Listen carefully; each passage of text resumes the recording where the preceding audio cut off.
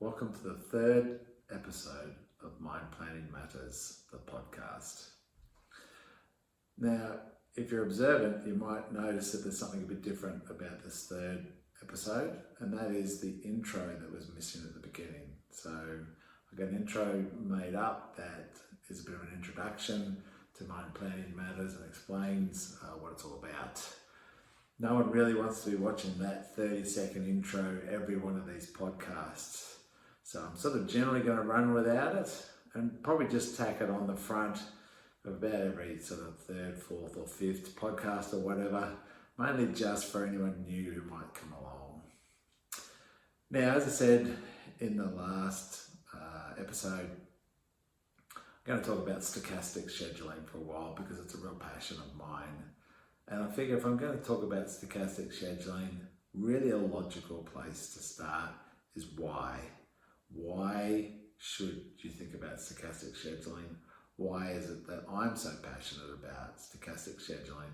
And why is it that I think it is actually a game changer in the mining industry and something we should have been doing for a long time? And now, when it comes to the why, I've done a few presentations at conferences and those sorts of things around that very subject. And so rather than me repeating that content again, what I've done is I've taken my Keynote Conference at the 2022 Deswik Users Conference, which was called Deterministic Scheduling is So Last Century, which I think it is, that's my personal opinion. So I've taken that video of that presentation to about 300 people or so, and I've broken it down, as I said in my last, or in the introduction, broken it down to bite-sized chunks of about sort of 5 to 10 minutes. And so the next 4 episodes of Mining Planning Matters will be that 30-minute presentation broken down into 4 sections. Now, when we talk about why stochastic scheduling, and when you start to watch the video that's tacked onto this, it doesn't go straight into why stochastic scheduling, because really to understand why stochastic scheduling, you've got to understand a bit what's wrong with mine planning now and what's wrong with deterministic scheduling. So it's really not until probably about the last 1 or 2 of these that I get into the why.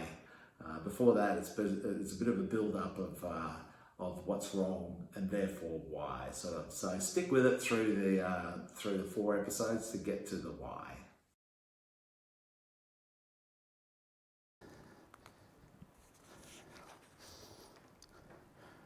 Now, anyone who's sort of read any of my stuff or seen any of my seminars will see that I sort of tend to bang on a lot about variability in the scheme of things. And so I thought it's probably good to talk about some terminology here.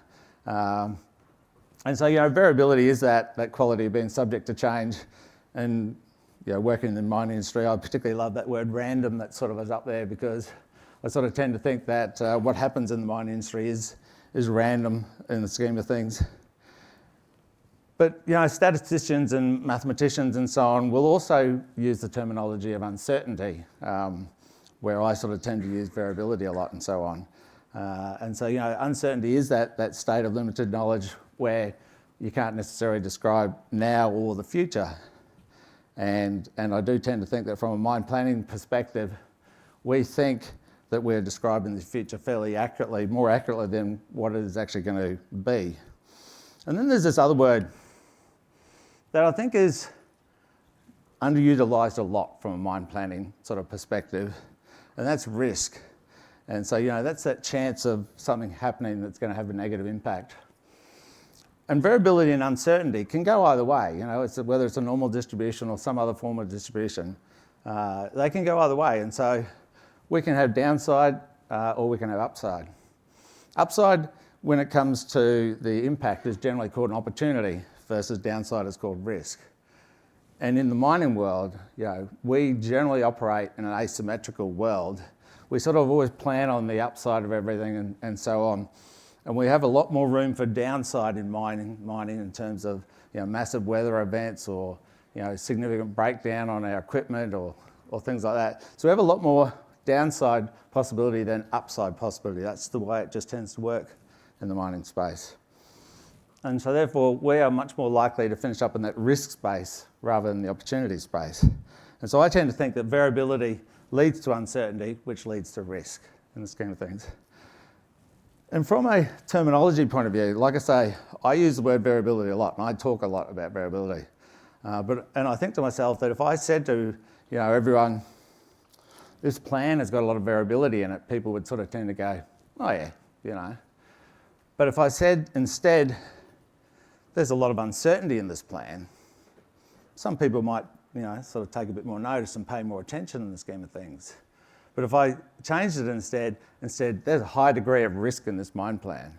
Well, I think maybe now I'm going to get people's attention and so on.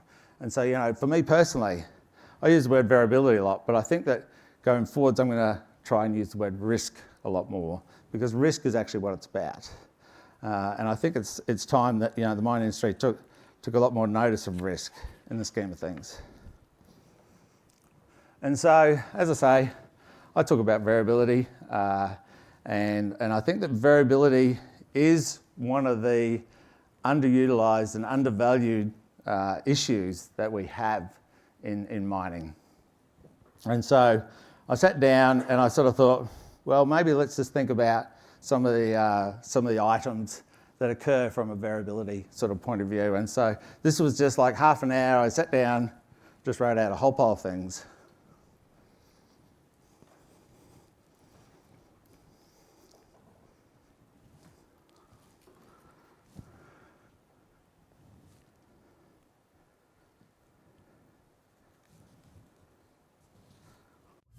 Thanks for listening to Mine Planning Matters and my thoughts on mine planning.